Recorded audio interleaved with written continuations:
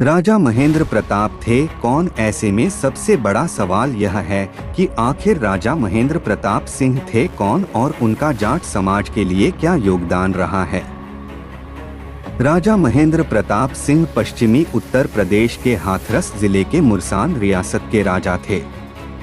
जाट परिवार से निकले राजा महेंद्र प्रताप सिंह की शख्सियत के कई रंग थे। वे अपने इलाके के काफी पढ़े लिखे शख्स तो थे ही, लेखक और पत्रकार की भूमिका भी उन्होंने निभाई। पहले विश्व युद्ध के दौरान अफगानिस्तान जाकर उन्होंने भारत की पहली निर्वासित सरकार बनाई। वे इस निर्वासित सरकार के राष्ट्रपति थे। 1 दिसंबर 1915 को राजा महेंद्र प्रताप सिंह ने अफगानिस्तान में पहली निर्वासित सरकार की घोषणा की थी। निर्वासित सरकार का मतलब यह है कि अंग्रेजों के शासन के दौरान स्वतंत्र भारतीय सरकार की घोषणा। राजा महेंद्र प्रताप सिंह ने जो काम किया था वही काम बाद में सुभाष चंद्र बोस ने किया था। इस लिहाज से देखें तो दोनों में समानता दिखती है। हालांकि सुभाष चंद्र बोस कांग्रेसी थे और राजा महेंद्र प्रताप सिंह घोषित तौर पर कांग्रेस में नहीं रहे। हालांकि उस दौर में कांग्रेस के बड़े नेताओं तक उनकी धमक पहुंच चुकी थी। इसका अंदाजा महेंद्र प्रताप सिंह पर प्रकाशित अभिनंदन ग्रंथ से होता है, जिसमें उनके महात्मा गांधी से संपर्क का जिक्र है। इस ग्रंथ में महात्मा गांधी के विचारों को भी जगह दी गई है। गांधी ने महेंद्र प्रताप सिंह के बारे में कहा था, राजा महेंद्र प्रताप के लिए 1915 में ही मेरे हृदय में आदर पैदा हो गया था। उससे पहले भी उनकी ख्याति का हाल अफ्रीका में मेरे पास आ गया था। उनका पत्र व्यवहार मुझसे होता रहा है, जिससे मैं उन्हें अच्छी तरह से जान सका हूँ। उनका त्याग और देशभक्ति सराहनीय है। बहरहाल सुभाष चंद्र बोस निर्वासित सरकार के गठन के बाद स्वदेश नहीं लौट सके, लेकिन राजा महेंद्र प्रताप सिंह भारत भी लौटे और आज़ादी के बाद राजनीति में भी सक्रिय हुए। 32 साल तक देश से बाहर रहे राजा महेंद्र प्रताप सिंह ने भारत को आज़ाद कराने की कोशिशों के लिए जर्मनी, रूस और जापान जैसे देशों से मदद मांगी। हालांकि वे उसमें कामयाब नहीं हुए। 1946 में जब वो भारत लौटे तो सबसे पहले वर्धा में महात्मा गांधी से मिलने गए, लेकिन भारतीय राजनीति में उस दौर की कांग्रेस सरकारों के ज़माने में उन्हें कोई अहम जिम्मेदारी निभाने का मौका नहीं मिला। जवाहरलाल नेहरू की विदेश नीति में जर्मनी और जापान मित्र देश नहीं रहे थे और राजा महेंद्र प्रताप सिंह ने इन देशों से मदद मांगकर आज़ादी की लड़ाई शुरू की थी। ऐसे में राजा महेंद्र प्रताप सिंह को कांग्रेस में बहुत ज्यादा तरजीह नहीं मिली। बहरहाल 1957 में वे मथुरा से चुनाव लड़े और निर्दलीय उम्मीदवार के तौर पर उन्होंने जीत हासिल की। इस चुनाव की सबसे खास बात यह थी कि जनसंघ के उम्मीदवार के तौर पर अटल बिहारी वाजपेयी भी यहाँ चुनाव मैदान में खड़े हुए थे। उस चुनाव में राजा महेंद्र प्रताप सिंह ने कांग्रेस के चौधरी दिगंबर सिंह को करीब 30,000 वोटों से हराया था।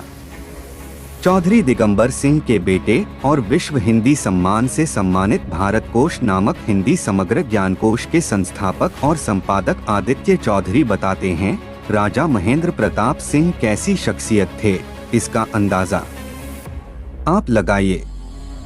चुनाव प्रचार के दौरान एक दिन वे अपनी कार से हमारे घर पहुंचे और मेरे पिताजी से कहा कि मुझे यमुना खादर के जिस इलाके में प्रचार करने जाना है वहां रेत ही रेत है और कार से जाना मुश्किल है, तो तुम्हारी जीप मैं ले जा रहा हूं और तुम मेरी कार ले जाना।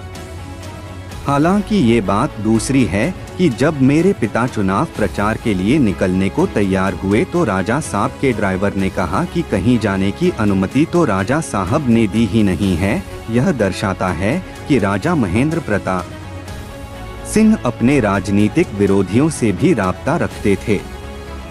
आदित्य चौधरी बताते हैं, 5 लोग थे चुनावी मैदान में। पिताजी दूसरे स्थान पर रहे थे और अटल बिहारी वाजपेयी चौथे स्थान पर। उनकी जमानत जब्त हो गई थी, लेकिन वे बलरामपुर से भी चुनाव लड़ रहे थे और वहां चुनाव जीतकर वे पहली बार लोकसभा पहुंचे थे। वैसे चौधरी दिगंबर सिंह उस दौर में जाट समुदाय के बड़े कांग्रेसी नेता थे और उन्होंने अपनी इस हार का बदला 1962 में राजा महेंद्र सिंह को करीब 30,000 वोट से ही हराकर ले लिया था।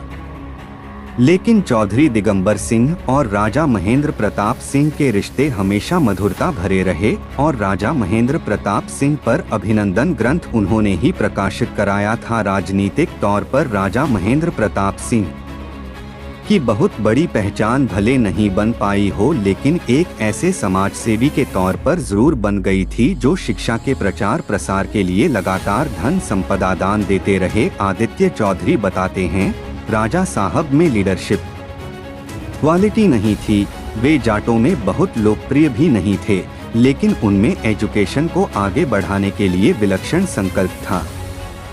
आप कह सकते हैं उन्होंने अपनी सारी संपत्ति शैक्षणिक संस्थाओं को खड़ा करने में लगा दी। हालांकि राजा महेंद्र प्रताप सिंह जब शैक्षणिक संस्थानों के लिए दान दे रहे होंगे तो शायद उन्होंने कभी नहीं सोचा होगा कि एक समय ऐसा भी आएगा जब यह एक राजनीतिक मुद्दा बन जाएगा।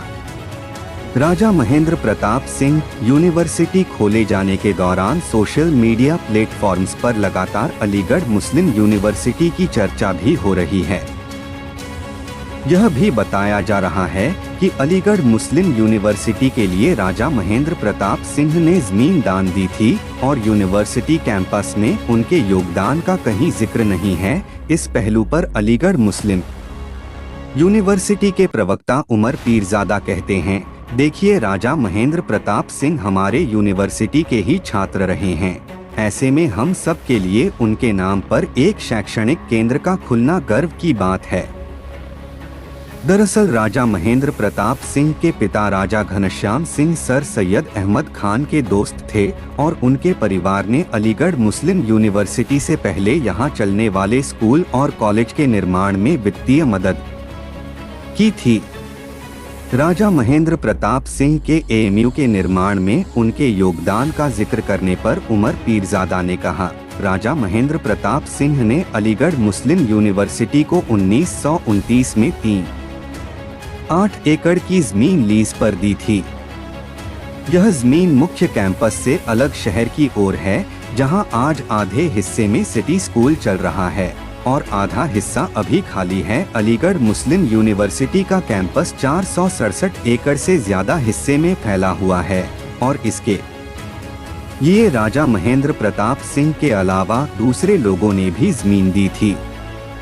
राजा महेंद्र प्रताप सिंह के योगदान को यूनिवर्सिटी कैंपस में किस तरह से संजोया गया है, इस बारे में पूछने पर उमर पीरजादा ने बताया, हम लोगों की सेंट्रल लाइब्रेरी मौलाना आज़ाद लाइब्रेरी में उनकी बड़ी तस्वीर लगी है। उन पर कई किताबें हम लोगों ने खास तौर पर रखी हैं और समय समय पर उनके सम्मान में सेमिनार और संगोष्ठियां होती रही हैं। अलीगढ़ मुस्लिम यूनिवर्सिटी में कई हस्तियों मसलन sir Syed hall, Maulana Azad library, Sarojini Naidu hall, Dhyanchand hostel, Indira Gandhi hostel जैसे नामों की सूची में राजा महेंद्र प्रताप सिंह का नाम शामिल भले न हो, लेकिन विश्वविद्यालय कैंपस उन्हें भूल गया हो यह नहीं माना जा सकता है, क्योंकि 1977 में एमएओ कॉलेज अलीगढ़ के शताब्दी समारोह के आयोजन में राजा महेंद्र प्रताप सिंह मुख्य अतिथि के तौर पर शामिल हुए थे। एक और दिलचस्प बात यह है कि राजा महेंद्र प्रताप सिंह कभी हिंदू मुसलमान के पचड़े में नहीं पड़े। उन्हें आर्य पेशवा त्याग मूर्ति के तौर पर भी जाना जाता रहा। आदित्य चौधरी कहते हैं, सच्चाई तो यह है कि राजा महेंद्र प्रताप सिंह सर्वधर्म समभाव के लिए जाने जाते रहे थे। वे कहते भी थे कि एक ही धर्म होना चाहिए, प्रेम धर्म। और तो और वे लोगों को अपना नाम पीर पीटर प्रेम प्रताप तक बताया करते थे। ऐसे में उन्हें हिंदू या केवल जाट तक केंद्रित करना उचित नहीं होगा। राजा महेंद्र प्रताप सिंह ने अफगानिस्तान में जो निर्वासित सरकार बनाई थी उसमें वे खुद तो राष्ट्रपति बने थे, जबकि प्रधानमंत्री उन्होंने मोहम्मद बरकतुल्लाह भोपाली को बनाया था। खास बात यह है कि स्वतंत्रता संग्राम से पहले ना तो कांग्रेस के नरम दल में ही वे रहे और ना ही गरम दल में, और आजादी के बाद ना तो कांग्रेस के साथ रहे और ना ही जनसंघ के साथ। हालांकि उनका रुझान वामपंथ की ओर जरूर दिखा और वे रूसी क्रांति से प्रभावित थे। आदित्य चौधरी यह भी बताते हैं कि राजा महेंद्र प्रताप ने वृंदावन में प्रेम महाविद्यालय की स्थापना की थी और उनका यकीन था कि शिक्षा के जरिए ही समाज में प्रेम और सद्भाव को स्थापित किया जा सकता है। यह प्रेम विद्यालय मौजूदा समय में वृंदावन पॉलिटेक्निक संस्थान के तौर पर उम्दा संस्थान माना जाता है। शांति, सद्भाव और शिक्षा के लिए कोशिशों को देखते हुए ही 1932 में राजा महेंद्र प्रताप सिंह को शांति के नोबेल पुरस्कार के लिए नामांकित किया गया था। वैसे यह सच है कि 1962 में मथुरा लोकसभा से चुनाव हारने के बाद वे सार्वजनिक जीवन में बहुत सक्रिय नहीं रहे और उनका निधन 29 अप्रैल 1979 को हुआ था। उनके निधन पर तत्कालीन केंद्र सरकार ने डाक टिकट भी जारी किया था। नरेंद्र मोदी और योगी आदित्यनाथ की सरकार ने इस यूनिवर्सिटी की शुरुआत करके राजा महेंद्र प्रताप सिंह का परिचय आज की पीढ़ी से करा दिया है। यह एक तरह से बीजेपी की उस रणनीति का ही हिस्सा है जिसमें वह उन नायकों का भी सम्मान करके अपना वोट बैंक बढ़ाने की कोशिश करती आई है जिनका जनसंघ और बीजेपी से कभी कोई जुड़ाव नहीं रहा। इसको लेकर समाजवादी पार्टी के प्रमुख अखिलेश यादव ने यूनिवर्सिटी के शिलान्यास पर तंज कसा है। वहीं राष्ट्रीय लोकदल के नेता जयंत चौधरी ने राजा महेंद्र प्रताप सिंह के नाम पर यूनिवर्सिटी का स्वागत करते हुए कहा, मैंने पहले भी कहा है कि यह स्वागत भरा फैसला है, लेकिन हमारी मांग है कि केंद्र सरकार राजा साहब की विरासत का सम्मान करते हुए उन्हें भारत रत्न से सम्मानित करें। केंद्रीय मंत्री संजीव बालियान कहते हैं, देखिए, हम लोगों की पीढ़ी को तो राजा महेंद्र प्रताप सिंह के बारे में मालूम था, लेकिन आज की युवा पीढ़ी को जानकारी नहीं थी। अब उन तक जानकारी पहुंचेगी तो उन्हें भी सम्मान का बोध होगा कि हमारे समुदाय का व्यक्ति कितना बड़ा आदमी था। इससे अच्छी बात क्या हो सकती है। मौजूदा समय में पश्चिमी उत्तर प्रदेश में जिस तरह से जाट किसान 3 नए कानून को लेकर मोदी सरकार का विरोध कर रहे हैं, उसे देखते हुए इसे जाट समुदाय को मनाने की कोशिश के तौर पर भी देखा जा रहा है। हालांकि संजीव बालियान इन दोनों पहलुओं को अलग अलग बताते हुए कहते हैं, राजा महेंद्र प्रताप सिंह के नाम पर यूनिवर्सिटी निर्माण की घोषणा उत्तर प्रदेश के मुख्यमंत्री योगी आदित्यनाथ जी ने तब की थी जब किसान आंदोलन नहीं था।